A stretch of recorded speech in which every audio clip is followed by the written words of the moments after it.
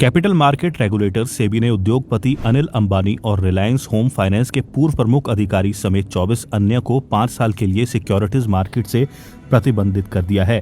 ये action company से पैसे के हेरफेर के मामले में लिया गया है। सेबी ने अनिल अंबानी पर 25 करोड़ रुपए का जुर्माना लगाया है और उनके 5 साल की अवधि के लिए सिक्योरिटीज मार्केट से जुड़ने पर भी प्रतिबंध लगा दिया है। इसमें किसी भी लिस्टेड कंपनी या सेबी के साथ रजिस्टर्ड किसी भी इंटरमीडियरी में डायरेक्टर या प्रमुख मैनेजेरियल कर्मचारियों के रूप में शामिल होना शामिल है। इसके अलावा सेबी ने रिलायंस होम फाइनेंस को सिक्योरिटीज मार्केट से 6 महीने के लिए प्रतिबंधित कर दिया है और उस पर 6 लाख रुपए का जुर्माना लगाया है। अपने 222 पेज के फाइनल ऑर्डर में सेबी ने कहा कि अनिल अंबानी ने आरएचएफएल के प्रमुख मैनेजेरियल कर्मचारियों की मदद से आरएचएफएल से पैसों का हेरफेर करने के लिए एक धोखाधड़ी की योजना बनाई, जिसमें उन पैसों को खुद की संबद्ध एंटिटी के लिए लोन के रूप में दिखाया गया। आरएचएफएल के बोर्ड ने हालांकि इस तरह की ऋण देने की प्रथाओं को रोकने के लिए कड़े निर्देश जारी किए थे और कॉर्पोरेट ऋणों का रेगुलर रिव्यू किया था, लेकिन कंपनी के मैनेजमेंट ने इन आदेशों की अनदेखी की।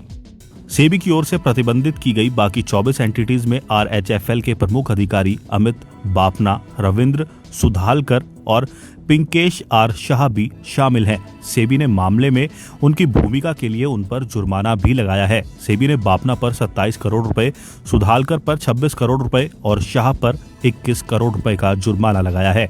इसके अलावा Reliance unicorn enterprises, Reliance exchange next LT, Reliance commercial finance limited, Reliance cleangen limited, Reliance business broadcast news holding limited और Reliance big entertainment private limited सहित बाकी एंटिटीज पर 25-25 करोड़ रुपए का जुर्माना लगाया है।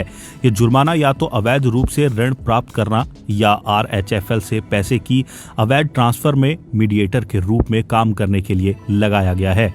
सेबी के अनुसार इससे पता चलता है कि कामकाज के तरीके में बड़ी गलती हुई, जिसे अनिल अंबानी के प्रभाव में कुछ मैनेजेरियल कर्मियों ने अंजाम दिया।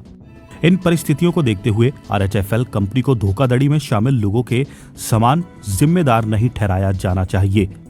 सेबी ने कहा, इसके अलावा बाकी की एंटिटीज ने या तो अवैध रूप से हासिल लोन के प्राप्तकर्ता होने की भूमिका या आरएचएफएल से पैसे को अवैध रूप से कहीं और पहुंचाने की प्रक्रिया को अंजाम देने में भूमिका निभाई है। सेबी ने कहा कि उसके निष्कर्षों के अनुसार धोखाधड़ी की एक साजिश नोटिस संख्या 2 ने रची और आरएचएफएल के केएमपी ने इसे अंजाम दिया। इस साजिश के जरिए सार्वजनिक रूप से लिस्टेड कंपनी आरएचएफएल से पैसे की हेरफेर की गई और उन अयोग्य बोरोवर्स को लोन के रूप में दिया गया जो अनिल अंबानी से संबद्ध एंटिटीज के प्रमोटर पाए गए। अंबानी ने धोखाधड़ी को अंजाम देने के लिए एडीए समूह के चेयरमैन के तौर पर अपने पद और आरएचएफएल की होल्डिंग कंपनी में अपनी महत्वपूर्ण डन डायरेक्ट शेयर होल्डिंग को इस्तेमाल किया।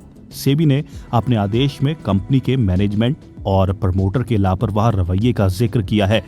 उन्होंने ऐसी कंपनी को सैकड़ों करोड़ों रुपए के लोन मंजूर किए जिनके पास ना तो एसेट्स थे और ना ही कैश फ्लो, नेटवर्थ या रेवेन्यू था। सेबी के मुताबिक इससे पता चलता है कि कर्ज के पीछे कोई खतरनाक मकसद छिपा था। सेबी ने कहा कि स्थिति तब और भी संदिग्ध हो गई जब हमने इस बात पर गौर किया कि इनमें से कई कर्जदार आरएचएफएल के प्रमोटर से करीबी तौर पर जुड़े हुए हैं।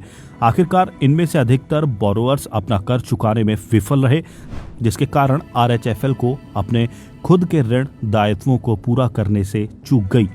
इसके कारण आरबीआई फ्रेमवर्क के तहत कंपनी का रेजोल्यूशन और इसके सार्वजनिक शेयरधारक मुश्किल स्थिति में आ गए।